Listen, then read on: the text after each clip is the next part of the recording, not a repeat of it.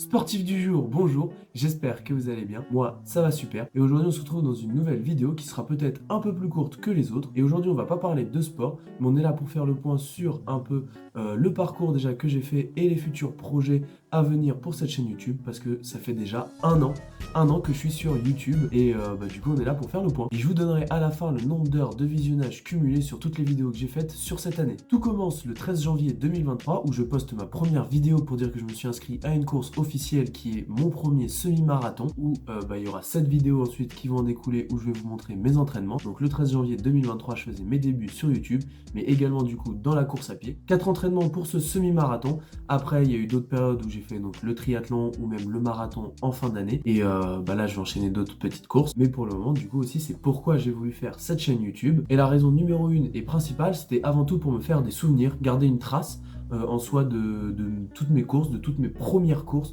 ou voir l'évolution de comment j'étais au début du parcours et de l'aventure sur à chaque fois semaine 1, donc vidéo 1, jusqu'à parfois en fonction de la préparation, jusqu'à la semaine 12 et voir justement tout le parcours qui a été fait. Donc c'est avant tout pour garder une trace aussi le jour de la course et me faire des souvenirs pour plus tard. Et la deuxième raison, c'est plus un côté feignant ou flemmard de ma part où j'avais pas forcément envie de sortir et de faire les entraînements, de prendre le temps de faire les sorties de course à pied.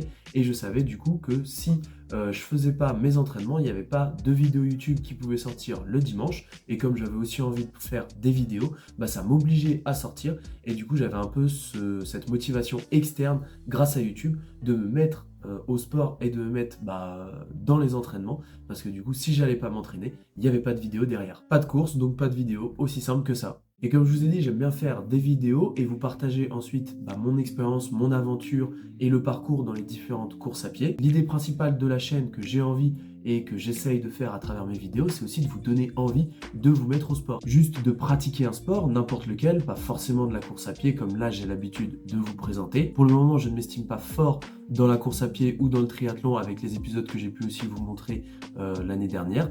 J'ai commencé quand même il y a tout juste un an, mais il y a déjà des résultats auxquels j'aurais jamais pensé quand j'ai fait mes premières sorties et mes premiers entraînements, comme la vidéo de la semaine dernière, où j'arrive à faire quand même le 5 km en moins de 20 minutes. Ça, c'était vraiment des chronos que je ne pensais pas réaliser, même si c'est pas non plus un exploit. Passer sous la barre des 20 minutes pour un 5 km, ça reste quand même un très bon chrono. Donc je pense que si vous aussi vous vous lancez, vous pouvez y arriver. Et pas forcément que dans la course à pied, dans n'importe quel autre sport, même s'il y a des choses qui vous semblent inaccessibles, avec de l'entraînement, je pense que vous serez forcément meilleur que les premières fois où vous avez commencé ce sport. Et maintenant, il est temps de faire un petit bilan sur cette chaîne avec quelques statistiques. En un an sur YouTube, j'ai fait 44 vidéos où j'ai commencé avec 0 abonnés et on finit cette première année avec 352 abonnés. En vrai, je sais pas trop ce que ça représente 352, si c'est bien, si c'est pas bien. De toute façon, j'avais pas vraiment d'attente quand j'ai commencé et j'ai ouvert cette chaîne YouTube. Donc déjà, moi, je suis super content d'avoir 352 abonnés.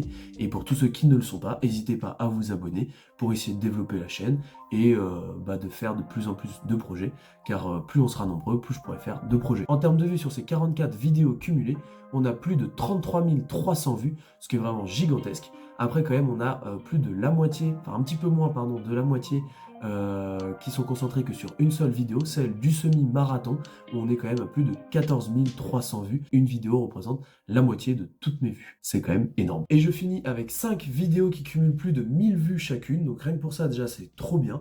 Un grand merci, je m'attendais vraiment pas à ça. Et au-delà de ça, même des vidéos, c'est les rencontres que j'ai pu faire, notamment celle au marathon de La Rochelle. Anthony, si tu regardes cette vidéo, je te passe le bonjour. Mais vraiment, ça m'a fait super plaisir de te voir avant la course. Je m'attendais pas à ce que quelqu'un puisse me reconnaître et suive mes vidéos comme ça, mais vraiment, c'est génial et merci à vous. Peut-être que je vous croiserai aussi sur des courses, mais vraiment, ça m'a fait super plaisir. Ça m'a même étonné. Et en parlant des futures courses, il est temps d'aborder le troisième point de cette vidéo, qui sont les prochains épisodes pour cette chaîne YouTube. J'ai des courses qui vont arriver, notamment un 10 km et le semi-marathon d'ici fin mars. Ce sera l'occasion de suivre le parcours et l'aventure et le jour J de la course. Notamment, on aura un 10 km à faire avec le défi lancé par Gauthier dans l'épisode précédent, qui est du coup de passer en dessous les 40 minutes au 10 km. Et on n'oublie pas toujours l'objectif en ligne de mire, c'est quand même le 10 août 2024.